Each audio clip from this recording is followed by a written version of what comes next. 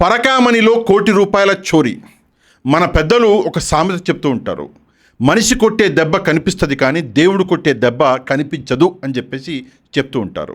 ఈరోజు చంద్రబాబు నాయుడు గారికి దెబ్బ మీద దెబ్బ పడుతుంది. కొట్టేది ఎవరు అంటే స్వయంగా వెంకటేశ్వర స్వామి.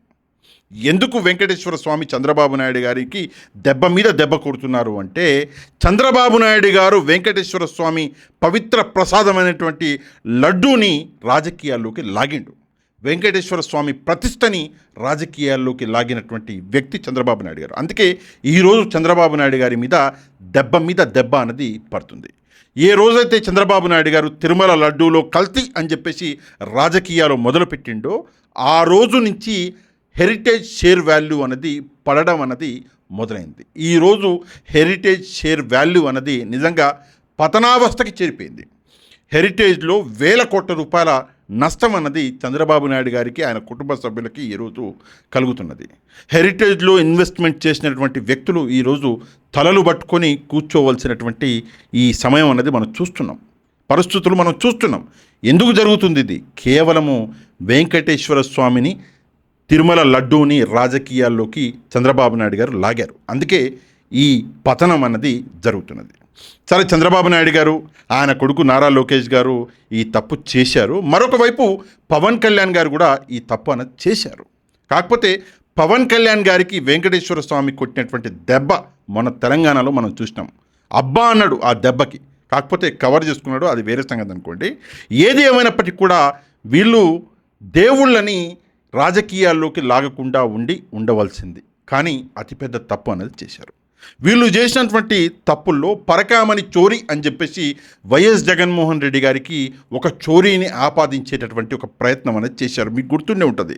ఒక వ్యక్తి రవికుమార్ అనేటటువంటి వ్యక్తి $800 $900 దాదాపుగా ₹76,000 ఇండియన్ కరెన్సీ ఏదో దొంగతనం చేశాడు అని చెప్పేసి ఆ కేసుని జగన్మోహన్ రెడ్డి గారు ఏదో మూసేసే ఒక కార్యక్రమం చేశారని చెప్పేసి చాలా అంటే చాలా నోటికొచ్చినట్టు వాగారు. కాకపోతే ఆ రోజు ఈ రవికుమార్ అనే వ్యక్తి చేసినటువంటి చోరీ ₹76,000. కానీ ఆ రవికుమార్ దగ్గర నుంచి వసూలు చేసింది ₹15 కోట్ల ఆస్తులు వసూలు చేసి తిరుమల తిరుపతి దేవస్థానానికి రాయించారు. ఇంతకన్నా ఎవరన్నా న్యాయం చేయగలరా? అంత మంచిగా పనిచేసినటువంటి జగన్మోహన్ రెడ్డి గారి ప్రభుత్వాన్ని ఆ రోజు ఈ రోజు కూడా బద్నాం చేసేటటువంటి కార్యక్రమం చేస్తున్నాడు చంద్రబాబు నాయుడు గారు, కూటమి నాయకులు. దీనికి వెంకటేశ్వర స్వామి కొట్టినటువంటి దెబ్బ ఎట్టుందో తెలుసా? ఈరోజు ఇంకో దొంగతనం బయటపడ్డది. మీరు న్యూస్ పేపర్లు చూసి ఉంటే ఆల్రెడీ మీకు తెలిసి ఉంటుంది. పెంచలయ్య అనేటోడు దాదాపుగా ₹1,00,00,000 బంగారం అన్నది దొంగతనం చేశాడు. ఎవరి హయాంలో? ఈ కూటమి హయాంలో. నిజంగా సిగ్గుచేడు కాదు? ఇంతకన్నా సిగ్గుచేడు మరొకటి ఉంటుందా? దయచేసి ఒకసారి ఆలోచించాలి. ఈ పెంచలయ్య ఎవడు అంటే అవుట్సోర్సింగ్ ఉద్యోగి అంట. ఒక అవుట్సోర్సింగ్ ఉద్యోగి ₹1,00,00,000 దొంగతనం చేయగలిగిండు అంటే నిజంగా నమ్ముతారా? ఈ వ్యక్తి వెనకాల ఎవరూ లేకుండా ఈ వ్యక్తి ఒంటరిగా ఈ దొంగతనం అనేది చేస్తాడా? చేయగలడా? ఒకసారి ఆలోచించాలి. నిజంగా 2024 సెప్టెంబర్ నెల నుంచి ఈ దొంగతనం అన్నది మొదలైంది. మీకు గుర్తుంటే 2024 సెప్టెంబర్ నెలలోనే లడ్డూ కల్తీ అని చెప్పేసి చంద్రబాబు నాయుడు గారు మాట్లాడారు. నిజంగా అదే నెలలో మాట్లాడాడు. ఆ నెల నుంచే ఈ చోరీ అన్నది మొదలుపెట్టిండి ఈ పెంచలయ్య. ఎప్పుడు దొరికిండయా అంటే జనవరి 11, 2025 రోజు దొరికిండు. అంటే దాదాపుగా 4 నెలల పాటు మంచిగా దొంగతనాలు చేసిండు. రికవరీ ఏంటి? 555 గ్రాముల గోల్డు, 157 గ్రాముల సిల్వరు రికవరీ అనేది జరిగింది. ఒక పెద్ద లిస్టే వేశారు, రికవరీ లిస్టు. దాదాపుగా ₹1,00,00,000. 11 జనవరి 2025 రోజు ఈ వ్యక్తిని రెడ్ హ్యాండెడ్గా పట్టుకున్నారు. సంవత్సరం దాటింది పట్టుకొని. ఇంతవరకు ఈ న్యూస్ బయటికి రాని వాళ్ళ తొక్కిపెట్టేశారు. ఇప్పుడు బయటకు వస్తుంది ఈ న్యూస్. 12 జనవరి 2025 రోజు న్యాయస్థానం ముందు ఈ వ్యక్తిని తీసుకెళ్ళి నిలబెట్టారు.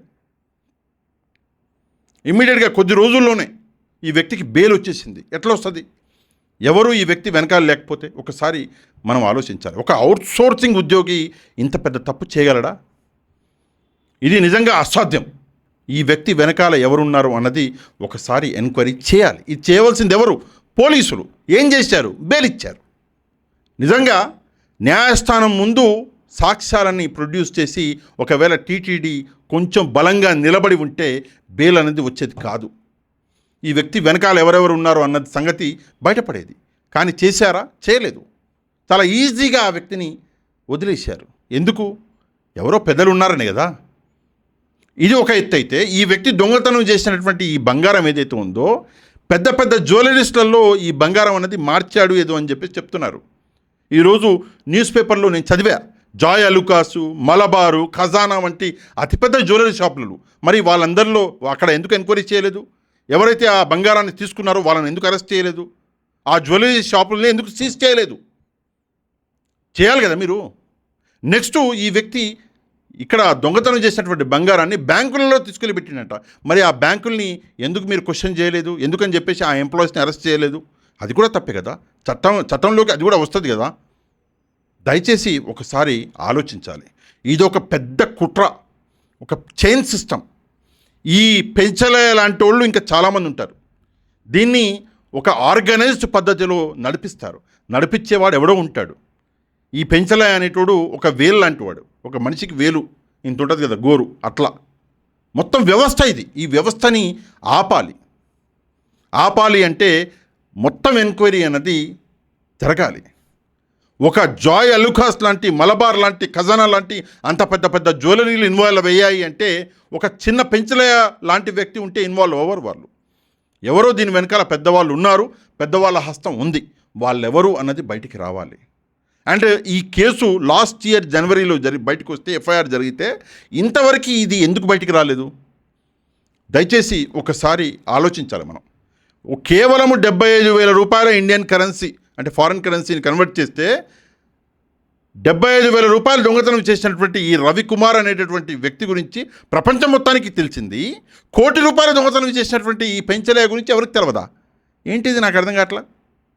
తిరుమల తిరుపతి దేవస్థానాన్ని రాజకీయాలకి, వసూళ్ళకి వాడుకుంటున్నారు. ఈ డబ్బు ఎవరిది? 1 కోటి రూపాయలైనా సరే, ఆ 75,000 అయినా సరే ఎవరివి? ఇది ప్రజలు సమర్పించుకున్నటువంటి డబ్బు. ఎవరికి సమర్పించుకున్నారు? ప్రభుత్వానికి కాదండి, దేవుడికి సమర్పించుకున్నటువంటి డబ్బు. ఎవడబ్బ సొత్తు కాదు, దేవుడి సొత్తు ఇది. దాన్ని హాయిగా మెల్లగా ఒక పథకం ప్రకారం దొంగతనం అనేది చేస్తే మీరు దాస్తారా? సిగ్గుండొద్దు మీకు.